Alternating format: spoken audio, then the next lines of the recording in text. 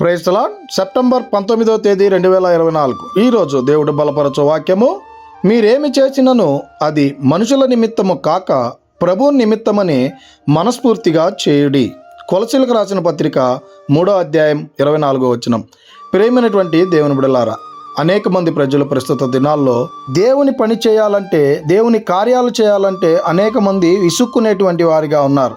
అయితే ఈ ఉదయకాల సమయంలో ఆ దేవాది దేవుడు అలాంటి వారి కోసమే మాట్లాడుతూ ఉన్నాడు. నువ్వు దేవుని పని చేయడానికి విసుక్కుంటూ ఉన్నావా? ఏదైనా ఇబ్బందికరంగా ఫీల్ అవుతూ ఉన్నావా?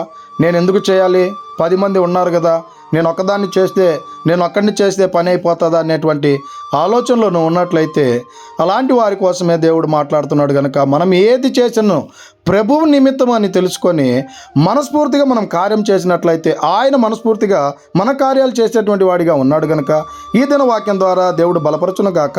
ఆమేన్.